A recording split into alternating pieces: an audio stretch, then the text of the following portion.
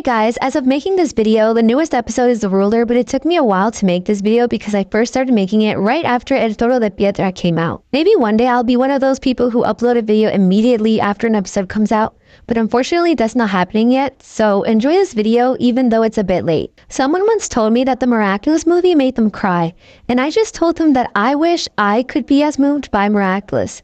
I've never felt emotional over this show. But El Toro de Piedra turned on maternal instincts I didn't even know I had, and it's all because of this scene. Wow! Salut Froggy! J'adorais cette peluche! Toc toc! Qui est là? Papa! Papa qui? Papa!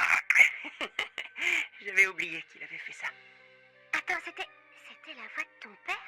Oui, il aimait me faire rire quand j'étais petit, puis il s'est mis à voyager.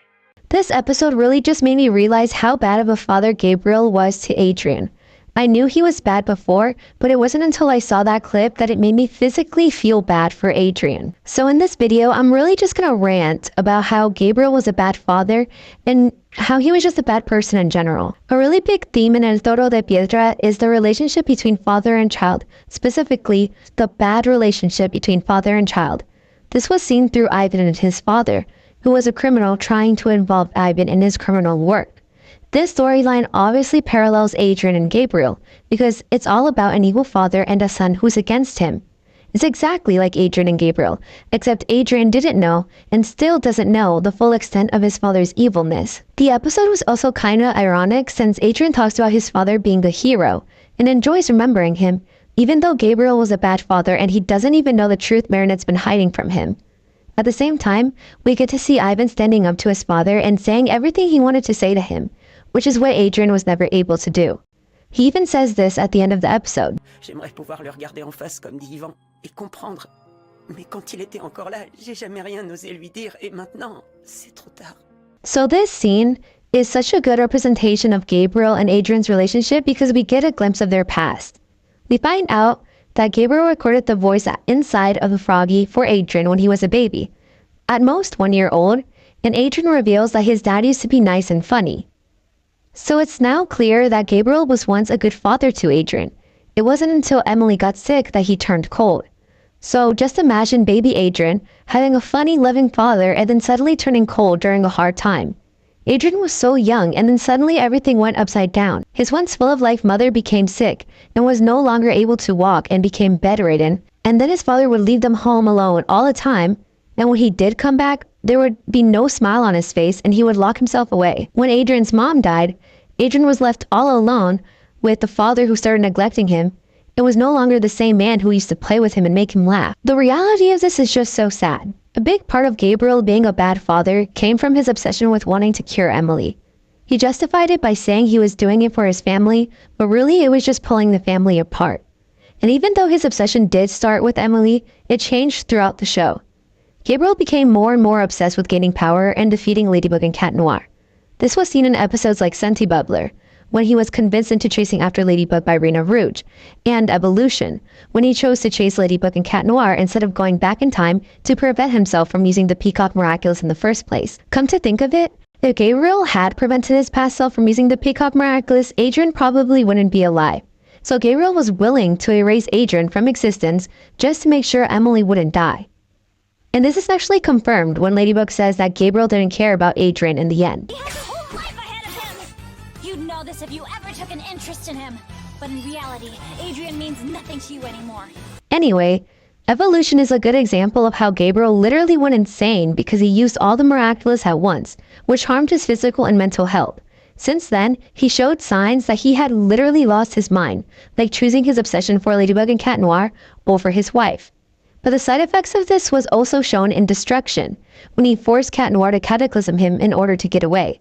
This was absolutely ridiculous on his part because it just showed he didn't value his life and he preferred to get away, even if it meant hurting himself, than getting defeated by Ladybug and Cat Noir and healing himself. His pride was just too big. Why'd he do that? Is he crazy? Another time Gabriel's obsession with winning and being Hawkmoth was stronger than his love or regard for Adrian was in the episode The Collector, when Adrian lost his father's book. When Gabriel thought Adrian had lost it, he was so mad that he took him out of school and started destroying his office out of anger. But not only did he destroy his office, he started out by throwing the pictures of Adrian off his walls and and then tossing a drawing Adrian had made aside. Speaking of which, The Collector was actually one of the saddest episodes to me before seeing El Toro de Piedra.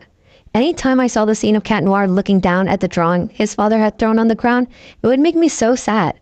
So The Collector is also really high up there for me regarding sad episodes. It's also just a really good representation of what Gabriel really felt for his son. It was obvious that he cared more about winning and curing his wife than his own son. The events in The Collector are actually reflected on in the episode Stormy Weather 2, which is a recap episode of different things that had happened in the past before that episode came out.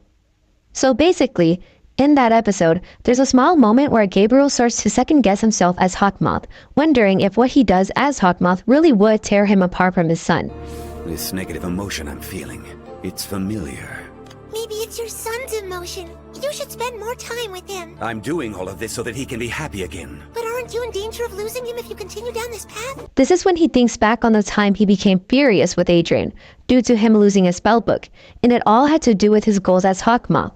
What if Nuru is right? Am I taking too many risks? That moment right there in Stormy Weather 2 shows Gabriel himself acknowledging that the path he was going on as Hawkmoth was specifically dangerous and detrimental to his son, because the only person he had left in the world was him. But in the end, that doesn't matter to him anyway. I no longer have a choice. I must succeed at any price. Let's rewind a bit. Gabriel started off as a bad parent from the beginning because he was insistent on keeping Adrian at home and away from the rest of the world. This began ever since Gabriel and Emily kept him homeschooled. I'm not sure whether he was homeschooled to keep his mom company, or if it was just because ever since he was born they wanted to keep him sheltered. It would make sense if they wanted to keep him sheltered, considering they probably thought he was too precious to let go in the real world, since he is a creation of the miraculous. Also considering how Gabriel also had an obsession with perfection. This is probably due to the fact his in-laws didn't accept him due to his background. He wanted to change himself for Emily, and so he probably didn't want his son to be exposed to anything lower than them. To raise his son in an image of perfection. Isn't he flawless? What? What? What? Adrian, my son, he's the image of perfection, don't you think?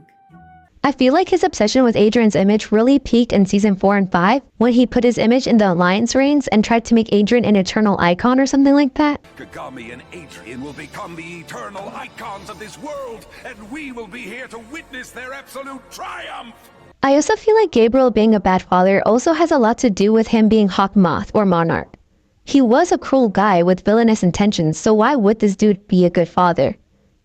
I feel like the movie did a good job of showing Gabriel turning cold due to him becoming Hawkmoth, since he says, "If chaos is the way, I will burn the world and lose myself in the flames to do so."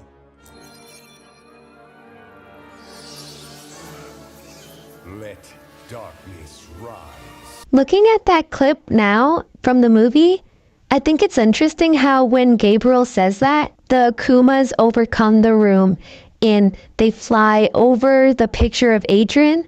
I feel like that also must have some kind of intention behind it, because I feel like that's such a big visual cue too as well, showing how this darkness is overcoming him, and not only him but his, not his son, but affecting his son. I don't really know how to explain it. This is me just talking, but I hope you can see what I'm trying to say. Even though the movie and the show are a little different, I still feel like Gabriel falling to evil and chaos is also a good symbolism of the evil that overcame his life, including his relationship with his son. He was blinded by grief and obsession in a way, and that overcame almost every aspect of his life. So obviously Adrian would be affected by that. So it's really clear that Gabriel was a bad guy the whole show. He did have a few good moments, I guess, but that doesn't make him a good father overall, because he wasn't. In the end, maybe he did change, because in El Toro de Piedra, it was revealed he wrote a letter to Adrian revealing his identity as Monarch and telling him to continue his search for Ladybug and Cat Noir's Miraculous. But we all know that in his final battle with Ladybug, he told her, Make sure that Adrian never knows about the villain that I was, but instead, that he remembers the times I tried to be a good father. So everything Ladybug told him really did give him a change of heart, and in the end made him realize he was wrong. He no longer wanted Adrian to know about him being Monarch, and no longer wanted Adrian to continue his legacy. So for some part, Marinette would be a bit justified, for not giving Adrian the letter, if she wanted to respect Gabriel's wishes. I personally think she's making a bad decision, keeping the secret from Adrian, but that's a whole other topic. So yeah, El Toro de Piedra broke me. It was only because I was able to finally see how Gabriel and Adrian were once a loving father and son, normal and happy in every way. But that changed in such a bad way. The story between them really just comes to show that some villains aren't the ones who hide themselves behind masks. Gabriel Agreste was a villain in more ways than one.